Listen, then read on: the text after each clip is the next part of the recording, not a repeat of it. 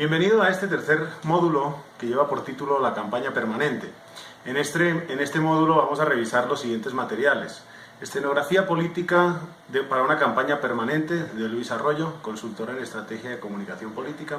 El gobierno en los 100 primeros días de Pau Canaleta. Los 10 consejos para los 100 primeros días de gobierno del mismo autor.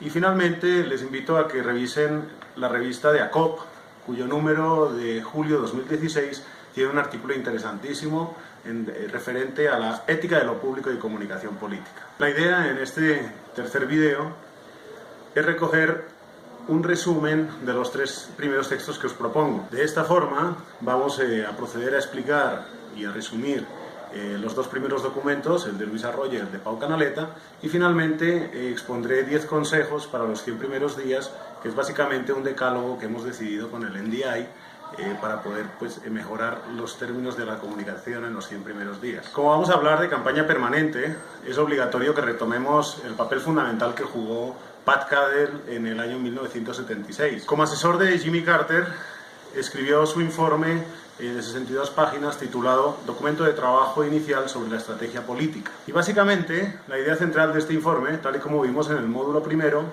es que gobernar con la aprobación del público, con la aprobación del electorado, requiere de un esfuerzo de comunicación permanente del relato. Como también vimos en el módulo primero, la irrupción de la televisión fue un elemento fundamental para que Pat Cadell pudiera darse cuenta que esas conversaciones junto a la hoguera que celebraba el ya famoso Franklin Delano Roosevelt las podía protagonizar ahora el ya electo presidente Jimmy Carter a través de la televisión. Hoy en día, allá donde haya un sistema de medios más o menos abierto, más o menos libre, y donde haya un gobierno con la necesidad y voluntad de tener aprobación del electorado para la ejecución de su plan de gobierno, habrá una campaña permanente, con mayor o con menor dedicación, con más o con menos método, pero habrá con seguridad un equipo trabajando 24 horas preparando la puesta en escena tanto de las ideas y el relato como de las políticas de un gobierno. Como ya lo vimos en el módulo 2, los líderes políticos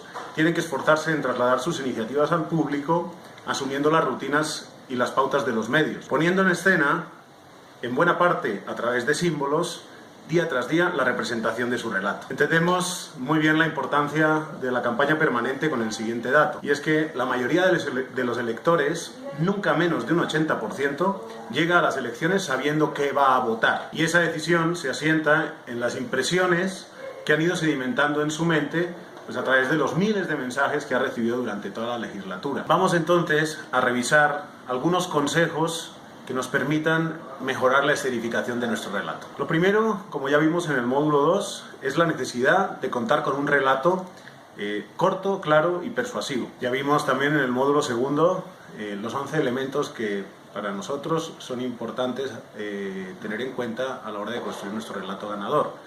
Ese relato, también como dijimos, está en permanente construcción. Sin embargo, ese relato es el fundamento, es la base sobre la que vamos a construir el resto tanto del mensaje como de la escenificación del mismo. Uribe hizo suyo el relato de lucha contra las FARC. Del mismo modo, Zapatero lo hizo respecto a la extensión de los derechos. Y Lula da Silva destacó por hacer suyo el relato de la lucha contra el hambre. Esta misma necesidad de explicar en 30 segundos, en un párrafo, una historia genuina y persuasiva recae también en un ministerio, en una alcaldía, en una gobernación, incluso en una empresa pública o diríamos en un esposo o una esposa, así como también hacen las grandes empresas multinacionales. Desde hace décadas emplean técnicas de marketing que permiten posicionar y construir ese breve relato que les permite comunicar cuál es el valor en el que quieren sentirse identificados. Vemos, por ejemplo, el caso de Toyota, que nadie tiene la duda de que estos carros son 4x4, todoterreno. Del mismo modo Ferrari, que nadie se le escapa que su relato corto, claro y persuasivo es la velocidad y el lujo.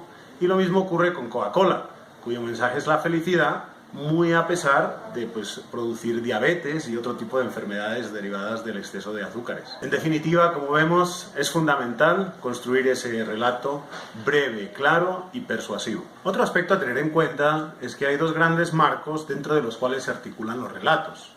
El marco del padre estricto y el marco de los padres protectores. George Lakoff es el psicólogo que ha explicado lo relevantes que son estos marcos en el comportamiento político. Explicada con brevedad, la tesis de Lakoff es que básicamente aplicamos a la política la metáfora de la familia. En ocasiones, más frecuentemente entre aquellos que se consideran conservadores, aplicamos a nuestra actitud política el marco del padre estricto, es decir, aquel según el cual el rigor, la disciplina y el castigo corrector son necesarios para organizar la sociedad. En otras ocasiones, por el contrario, sobre todo aquellos que se identifican con los movimientos políticos progresistas, aplicamos a nuestra actitud política el marco del padre protector. En estos casos, lo que estamos pensando o lo que estamos creyendo es que para organizar la sociedad, para que impere la armonía entre los ciudadanos, lo que se requiere es de cooperar, de proteger al más débil y de crear políticas públicas, en definitiva, mucho más protectoras que las que profiere el marco del padre estricto. Claramente, en estos dos marcos están expresadas las dos posturas del espectro parlamentario más comunes, la derecha y la izquierda. Así las cosas, es importante señalar qué símbolos o valores están asociados a cada uno de los dos marcos. El marco del padre estricto se vincula a valores como la disciplina, la tenacidad, la fuerza, la objetividad, verticalidad, libertad, autoridad, Dios masculino, etc. Y el marco de los padres protectores, por otro lado, está asociado con conceptos como la cooperación, solidaridad, inserción, tolerancia, horizontal, igualdad, género, relativismo, diálogo. Se da por hecho que un político progresista dará mayor cobertura social y que un político de carácter más conservador pues, hará que el imperio de la ley y la justicia sean sus banderas. Sin embargo, en comunicación, lo que se recomienda como buena estratega en comunicación es construir una estrategia de comunicación a base de lo que se conoce con el término de triangulación, es decir, aplicar conceptos, políticas y marcos que son predicables de nuestro adversario político. Triangulaba a Bill Clinton, presidente de los Estados Unidos del Partido Demócrata, cuando hacía de su bandera la lucha contra el déficit público, algo más típicamente conservador. Lo mismo hacía Tony Blair cuando nos hablaba de implementar políticas de seguridad más restrictivas, siendo él del Partido Laborista. O lo mismo ocurría con James Cameron cuando hablaba de cómo iba a regularizar la situación de las nuevas familias del siglo XXI. Siendo él conservador, lo que trató de hacer es introducir el matrimonio entre personas del mismo sexo, entendiendo que esa es una nueva forma de familia del siglo XXI y que como conservador, creyente en que la base de la estructura social contemporánea es la familia, hay que admitir las nuevas formas de familia. En definitiva, como vemos, grandes políticos se posicionan en espectros donde no son normalmente identificados. Otro aspecto a tener en cuenta, y estamos reincidiendo en cuestiones que ya revisamos tanto en el módulo 1 como en el módulo 2, es que la estrategia de comunicación debe apelar a los valores. Podríamos afirmar que la política se juega más en el terreno de las emociones que en el mercado de las razones.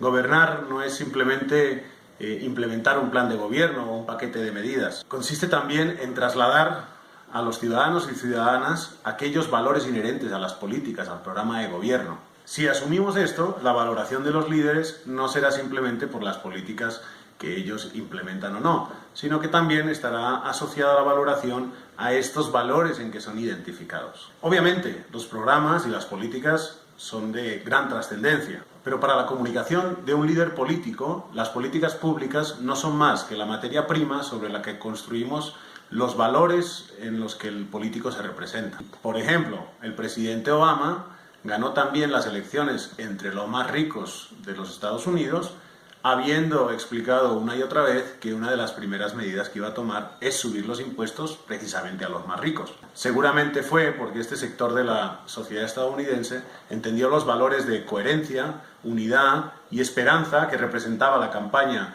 del ya expresidente Barack Obama frente a su adversario político, que era George Bush hijo. La emoción es uno de los elementos más fundamentales para el relato, tal y como reconocen los hermanos Heath. Ellos representan esta idea a través del acróstico success, éxito en inglés. S de simple, porque una idea para que prospere debe ser sencilla. U de unexpected, inesperado, porque lo que impacta sorprende más que lo previsible. C de concreto, porque de lo abstracto los medios y las personas hablan con mayor dificultad. Una segunda C de creíble, porque obviamente si el relato no es creíble, Muy difícilmente en política nos escucharán. La E de lo emocional, ya hemos visto la importancia de las emociones.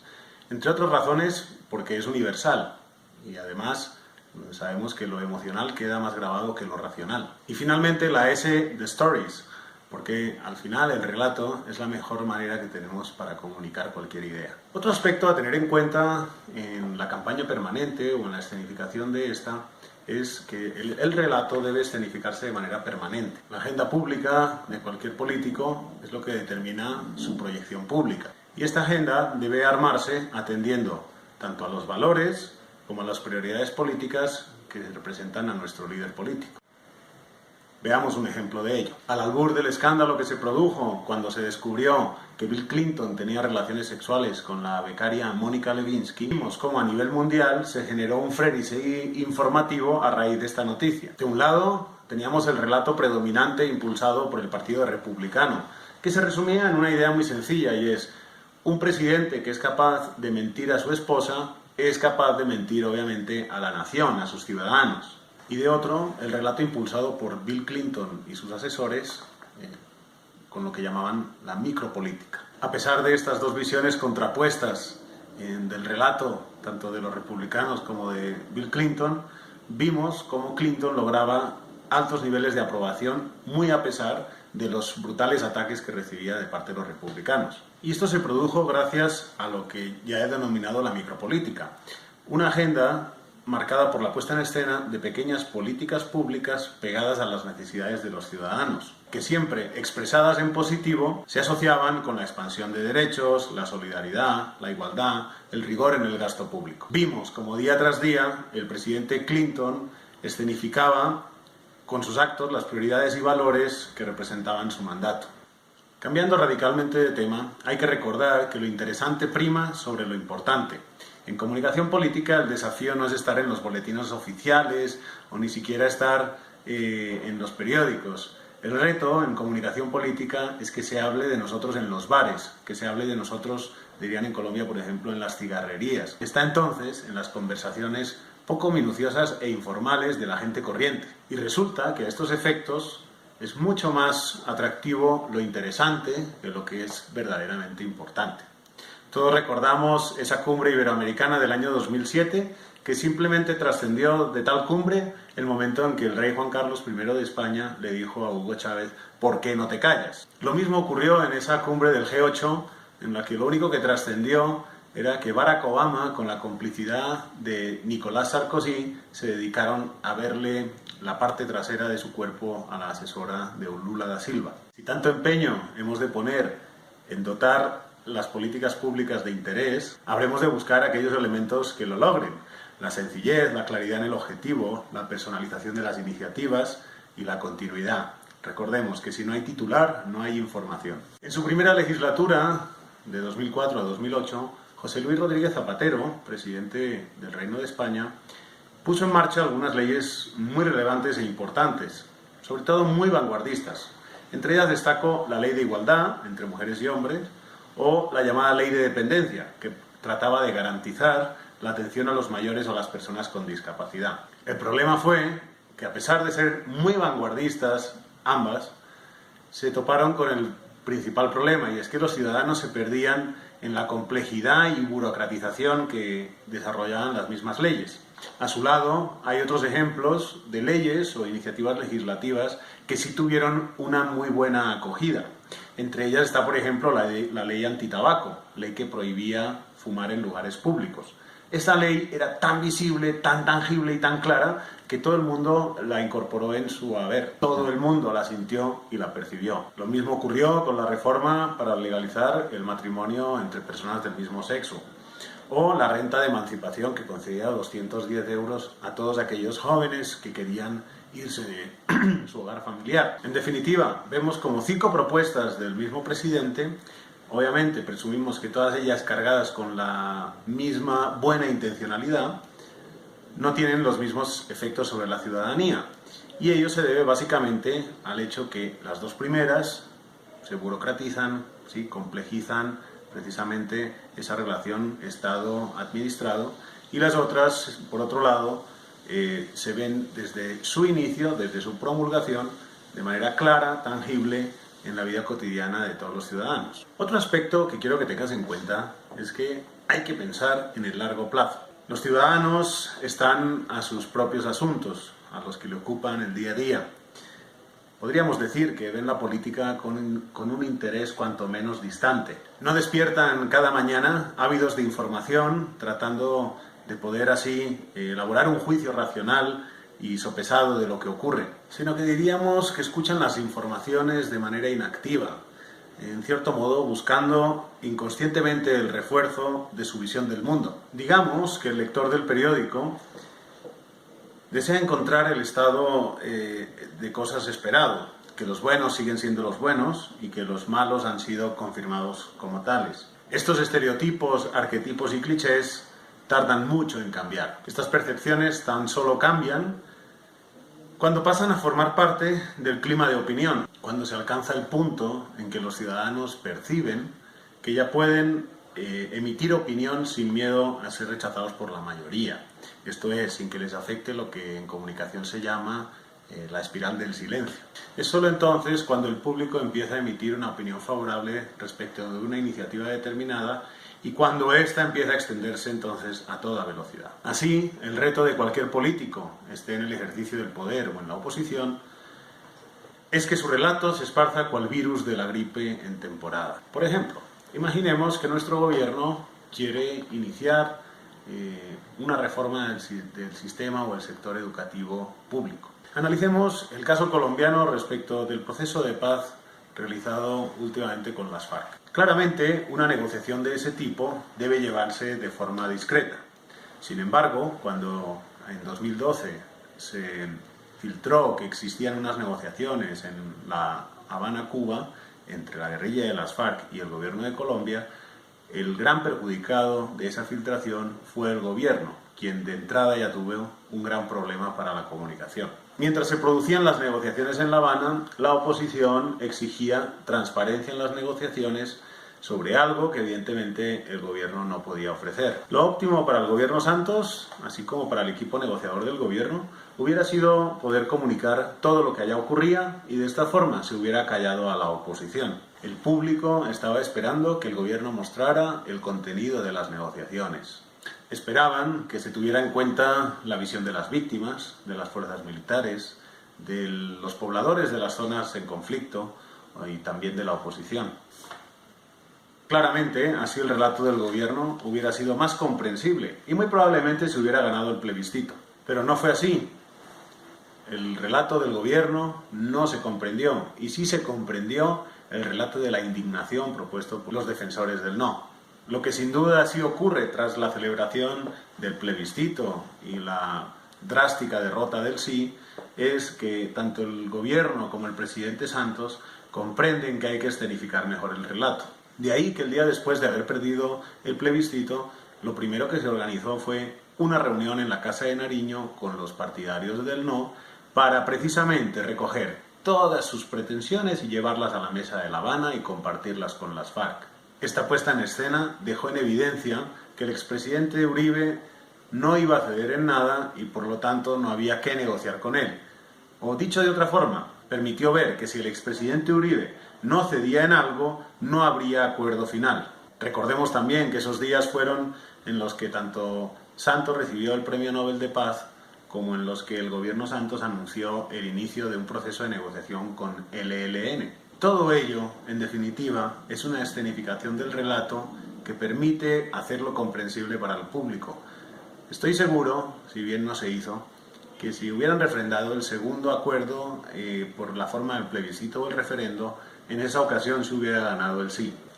Otro elemento fundamental de la campaña permanente es comprender que a los políticos se los recuerda por una, dos o como máximo tres razones. El presidente Bush será recordado por la guerra de Irak, como Reagan ha quedado en la memoria por la distensión con el bloque soviético, o Nixon ha sido siempre recordado por el famoso caso del Watergate. Zapatero fue el presidente de la extensión de derechos en España, Obama el presidente que devolvió la esperanza a los estadounidenses. Santos pasará a la historia por haber firmado el acuerdo de paz con las FARC. Hugo Chávez reencarnó por siempre la revolución bolivariana y Maduro pasará a la historia por ser quien acabó con ese chavismo. Si esa es la realidad, si claramente al final un político se recuerda por una, dos o máximo tres acciones, es fundamental que elijamos bien cuál es el mensaje que queremos transmitir, cuál es el atributo donde queremos que nos identifiquen. Esto es, cuál es nuestro posicionamiento.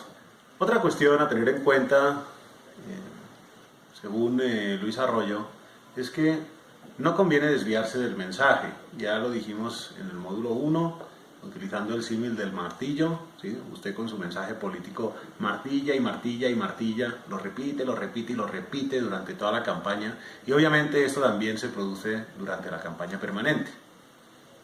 Recordemos que triunfaron aquellos que fueron capaces de mantenerse enviando un mensaje sólido al público. Ejemplos de mantenerse en el carril son el de Obama con la esperanza y el cambio que proponía en 2008, o bien Uribe con las políticas de seguridad democrática. También ha sido tenaz en su mensaje el presidente Santos con la paz, o Lula da Silva lo fue con su campaña de las oportunidades. En definitiva, vemos cuán productivo es en tantas ocasiones no desviarnos y no ponernos a especular o a adentrarnos en arenas movedizas. Otra cuestión a tener en cuenta es que hoy en día de verdad se puede hacer comunicación 360 grados. Hasta la llegada de Internet, la prensa escrita, la radio y la televisión eran la única vía o el único canal de comunicación por el que llegábamos a los ciudadanos a gran escala. Esto ha cambiado de manera radical recientemente. Si Roosevelt fue el presidente de la radio y John Fitzgerald Kennedy fue el presidente de la televisión, hay quien afirma que Obama fue el presidente del Internet. Solo un día después de su victoria ante John McCain, el presidente de los Estados Unidos ya había puesto en marcha una página web que se llamaba change.gov, cambio.gov. Una suerte de oficina virtual en la que el equipo de Obama recogía ideas, informaba del día a día y anunciaba ya el cambio de política que se venía. Con esta página web, el presidente estaba dando continuidad al candidato y a su estrategia de comunicación que ya llevaba más de 2 años en las redes sociales de los Estados Unidos. Otro ejemplo, menos puntual y llamativo, y de pronto más institucional, es el que puso en marcha el ex primer ministro del Reino Unido, Tony Blair. Tony Blair, a través de un boletín online, informaba semanalmente de cuál era la agenda del primer ministro, cuáles eran los actos a los que iba a acudir, qué medidas había aprobado como primer ministro. En definitiva, una suerte de agenda del día a día que permitía al ciudadano estar perfectamente comunicado y enterado de cuáles eran las acciones y políticas que implementaba el primer ministro. Todo ello prueba que por fin hoy, gracias a Internet, es posible comunicar en 360 grados. Podemos abordar una iniciativa política o legislativa con todas y cada una de las herramientas que la comunicación proporciona. Las relaciones con los medios de masas, la publicidad convencional, el marketing directo a través de correo y teléfono, la difusión viral de videos y documentos a través de la web, la administración electrónica o la prestación de servicios a través de la web, la presencia de líderes e ideas en las redes sociales y la blogosfera. Todas ellas, herramientas e instrumentos sobre los que volveremos en el módulo 4 cuando expliquemos cómo comunicar y qué comunicar. Sigamos ahora con la campaña permanente. Y si quisiera que tuvieras en cuenta que es necesario contar con un nombre y una definición atractivos. Se nos dice, y es cierto, que hay algunas palabras que funcionan y otras que no. Las palabras determinan la forma de entender. Es más, tal y como vimos en el módulo 1, las palabras construyen la percepción, la realidad del receptor de nuestro mensaje. Por ejemplo, a los defensores de la interrupción voluntaria del embarazo, ellos nunca lo van a llamar aborto, les gusta autodenominarse grupo proelección. Del mismo modo, sus adversarios políticos se llaman a sí mismos provida y luchan explícitamente contra el aborto. Los estadounidenses son los maestros en el bautizo de las iniciativas políticas. Les voy a leer a continuación algunas de ellas. Encontramos leyes como No Child Left Behind, ningún niño atrás, la ley del aire limpio, contrato con América, conservadurismo compasivo, misión cumplida, guerra contra el terror, la audacia de la esperanza. En definitiva, bautizar las iniciativas con nombres que nos remiten al marco adecuado. si no se quiere dejar esa tarea ni a los medios de comunicación ni a la opinión pública. Y es que la gente corriente no entiende la diferencia entre 100.000 euros y 100.000 millones de euros. Tampoco sabe cuántos son 4 hectómetros cúbicos, ni entiende de perspectiva de género, ni de políticas transversales, ni de currículos escolares. Los términos burocráticos deben ser traducidos a escala humana si queremos que la gente los comprenda, si queremos que la gente los acepte. Entonces convertiremos así los hectómetros cúbicos en piscinas, por ejemplo. La inversión en millones de euros la traduciremos en kilómetros de carretera asfaltados y hablaremos de los problemas de las mujeres explicándolo todo con medidas y escalas que la gente pueda comprender. Otra cuestión que quiero que tengas en cuenta es que en situación de crisis no basta con hacer esfuerzos, sino que los esfuerzos deben verse. Esto nos remite al principio que dice que cuando hay una crisis hay que ir al lugar de la crisis. Los estadounidenses aún están hoy perplejos del hecho que George Bush hijo nunca visitara Nueva Orleans tras el paso del huracán Katrina.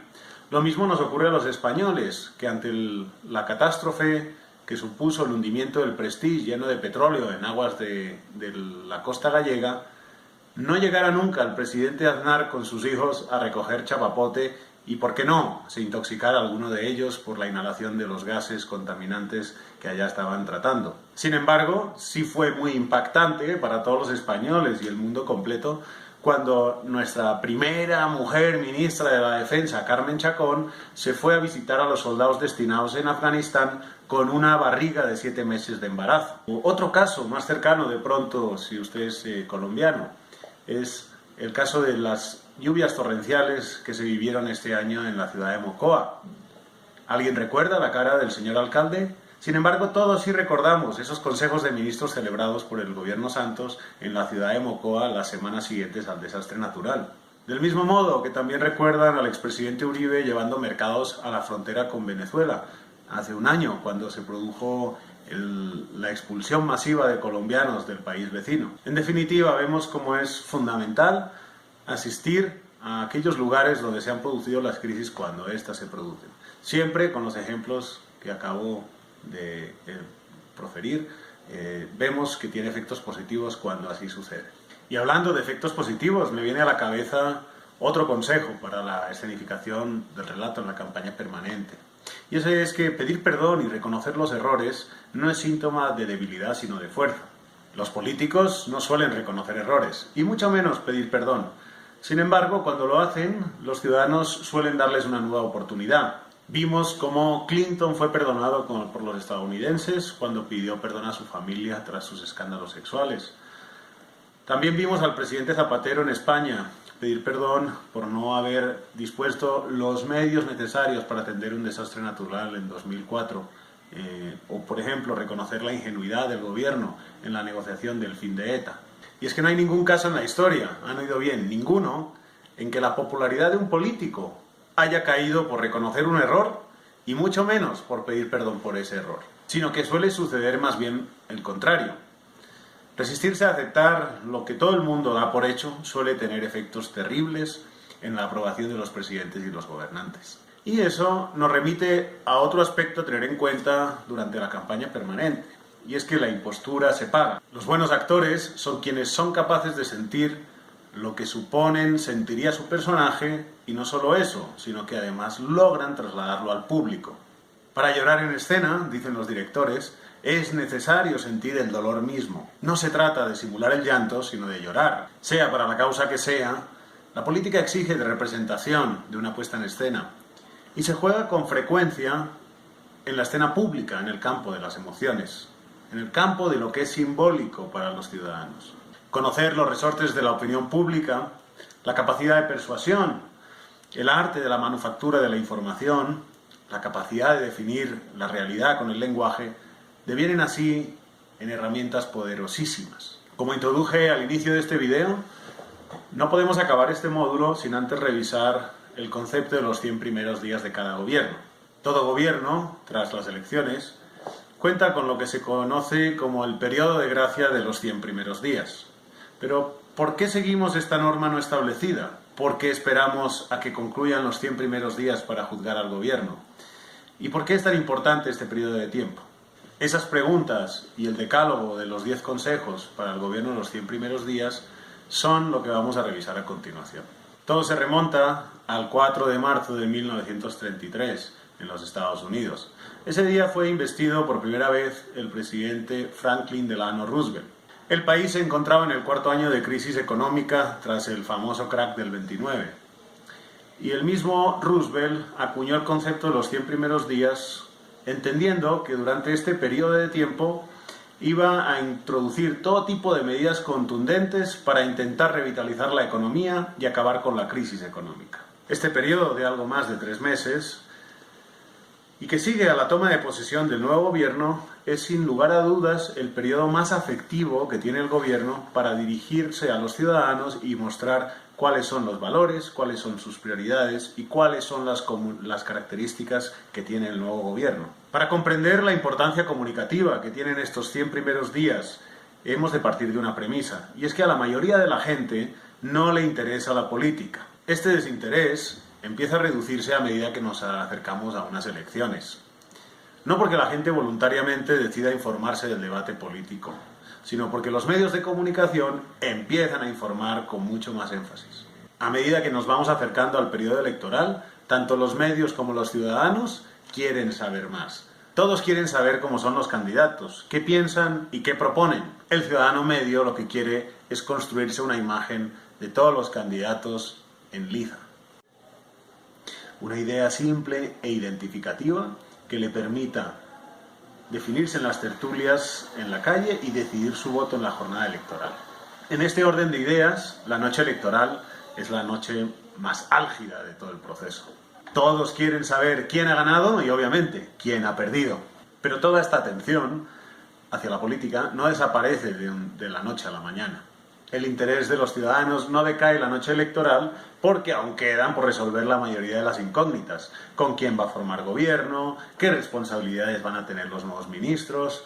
¿Cuáles serán las prioridades del gobierno? ¿Con qué estilo va a implementar sus políticas? La imagen que se forman del gobierno los ciudadanos en estos primeros días, en estos 100 primeros días del gobierno, es la imagen con la que van a permanecer los próximos 4 años. Estas primeras impresiones son casi definitivas, ya que no hay nada más difícil que cambiar percepciones cuando éstas ya están solidificadas. Por todo ello, hemos recogido junto al NDI lo que hemos querido llamar como el decálogo para la comunicación de los 100 primeros días. 1. Analiza detenidamente los resultados obtenidos. Fíjate bien dónde obtuviste los votos, pero también dónde no los conseguiste. Además, trata de averiguar el porqué. Con una simple encuesta, tras posesionarnos, podemos averiguar en los distintos distritos de nuestro municipio por qué se ha producido ese comportamiento electoral. Esto será fundamental para poder comprender cuáles son las necesidades que hay en cada uno de los territorios. 2. Analiza bien tus promesas en campaña y prioriza. Elabora un informe con los principales compromisos a cumplir en los próximos 4 años. Es importante que ya en los 100 primeros días establece prioridades entre tus promesas y las acciones que te vas a ver obligado a realizar. Prioriza y calendariza. 3. Crea un equipo de trabajo que conozca la institución. El nuevo equipo de gobierno inicialmente es un equipo de transición. Por ello es fundamental que en pocos días esté familiarizado tanto con la situación interna de la institución como con el funcionamiento de la misma. Eso significa que siempre debemos recurrir a personas de la máxima confianza. Pero ojo, no lo que siempre hacen en estas latitudes. No nombremos a nuestro hermano, no nombremos a nuestro mejor amigo, ¿sí? Busquemos un equipo de gente bien preparada y que conozca bien la institución. El cuarto consejo que nos propone Pau Canaleta en los 100 primeros días de gobierno es tratar de hacer gestos conciliadores con la anterior administración. Los gestos de conciliación crean un clima político que nos garantiza el inicio sosegado de nuestra administración, con lo cual es importante siempre tenerlo en cuenta. 5.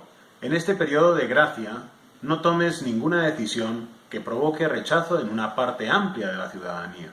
Recordemos que en estos 100 primeros días el interés del ciudadano promedio aún es álgido, entonces no debemos de crear imágenes impopulares en los 100 primeros días. 6. Ejecuta aquella acción que te has comprometido a ejecutar nada más llegar al gobierno. Aprovecha los 100 primeros días para llevar a cabo el mayor número posible de las promesas de campaña.